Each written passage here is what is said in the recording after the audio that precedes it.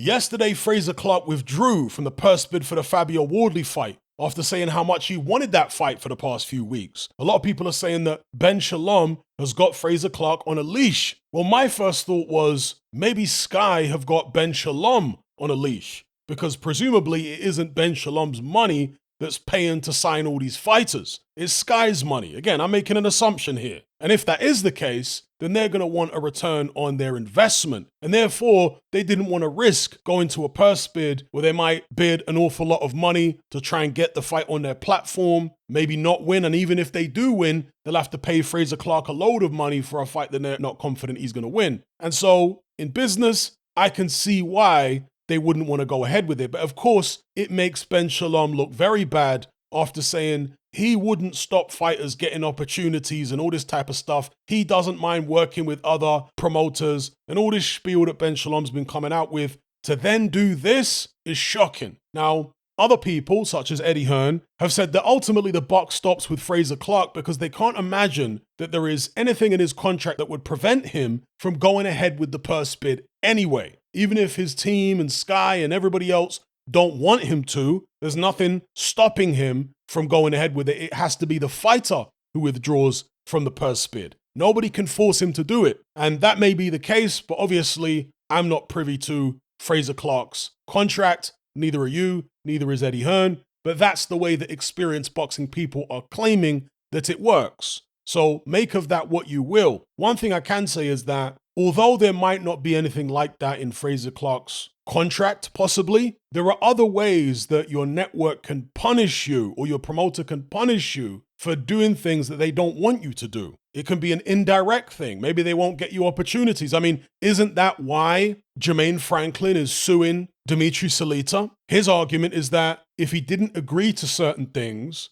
Salita wasn't going to get him certain opportunities. He was going to prioritize some of his other fighters over Jermaine Franklin. I'm not saying that's going on here with Frazer Clarke and Sky and Ben Shalom. I'm just laying out the possibilities because, again, I don't have any inside knowledge on this situation. According to Eddie Hearn, Frazer Clarke was in tears in the office with whoever, Ben Shalom and the bigwigs at Sky, when he was told that you can't go ahead with the fight, or when he was advised it's not going to be a good idea if you do go ahead with the fight or the purse bid. It's going to sour our relationship because presumably Sky weren't going to bid. That doesn't stop Frazer Clarke going ahead with it and having DAZN or other parties bidding. Sky don't have to participate in the bid. Anyway, I saw several interviews with Fabio Wardley after the fact, and he didn't seem that disappointed. He thought that Ben Shalom and Sky ended up looking foolish because they claimed that they offered Fabio Wardley the highest purse of his career. Fabio Wardley says that's nonsense. They basically offered him a multi-fight deal, and at the back end of that deal, he would make the biggest purse of his career. But that wouldn't be the first fight. Ultimately, he turned the deal down. Fabio Wardley is a free agent. He works with Eddie Hearn on a fight-by-fight basis, just like his manager Dylan White. But ultimately, he didn't seem that disappointed. In fact, he seemed kind of frustrated by the fact that the board actually ordered him to face Frazer Clarke in the first place. He said that when Joe Joyce was British champion, he was allowed to go 18 months or whatever without having to defend his British title. But when he became British champion, he was ordered to defend almost immediately. Now, what's the inference here? That the British board have got it in for Eddie Hearn? Maybe they do over this whole Conor Benn situation. But again, in my view, that was all of Matchroom and Conor Benn's own making. And if that is the case, the board do have something against Matchroom. Look how it's affecting other fighters potentially. But yeah, Fabio Wardley seemed a bit frustrated that the board had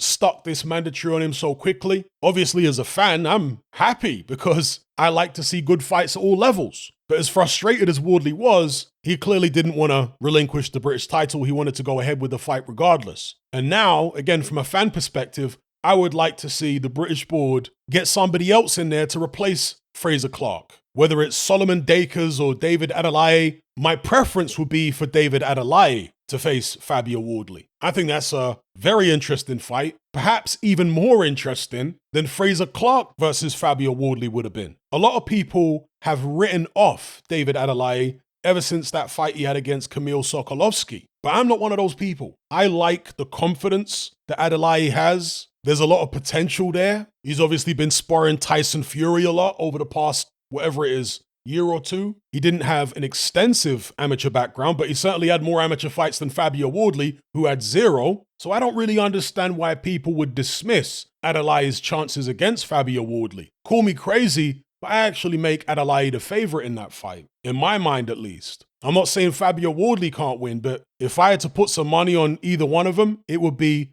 David Adeleye. And you know what? Maybe I do have a blind spot in my mind when it comes to fighters who've got very little or no amateur experience. Sometimes I find it hard to have confidence in such people. And I'm well aware that there were fighters, particularly heavyweights in years gone by, who reached the top of the sport, who became world champions with little or no amateur experience. People like Tim Witherspoon, people like Oliver McCall, didn't have much amateur experience, but both became world champions. Hasim Rahman is another one. He didn't have much amateur experience. So amateur experience isn't the be-all and end-all. But more often than not, the people who make it to the top of the sport are ones who did have a significant amount of amateur fights. And the people who end up as journeymen and nobodies tend to be the ones with far less amateur experience. That's the general trend, for obvious reasons. In the case of Fabio Wardley, he's obviously got the right type of character to succeed in boxing. He's confident, he's very tough mentally, and he has been improving technically. All the sparring he's been doing over the years with various different heavyweights and those tough sessions in the Dylan White gym have obviously stood him in good stead and have brought him along. But if their goal is to keep him unbeaten and continue developing him, in my opinion, it's going to be very difficult if he's being matched with people like David Adeleye. But again, of course, as a fan, I want to see that fight ASAP. So hopefully the British board order it and don't muck about. As for Frazer Clarke, well, he's obviously not happy with his team, Ben Shalom, Sky, but it seems like they've got him by the short and curlies because they apparently paid him an awful lot of money to sign with them, perhaps more money than he's actually worth. And when people invest that much money in you, they're going to be very controlling at least until they get a return on their investment, which presumably they haven't even come close to getting from Frazer Clarke. Anyway, let me know what you guys think about all this in the comments section below. Are you sick and tired of the mainstream mindset? Does the dogmatic conformity and pathological ignorance have you tearing your hair out in frustration? Then don't be alone. Come and join our brotherhood on Patreon. We stand as a beacon of reason against an army of insanity. You'll gain access to my weekly topical podcast where we take more deep dives than Jacques Cousteau on an endless variety of subjects.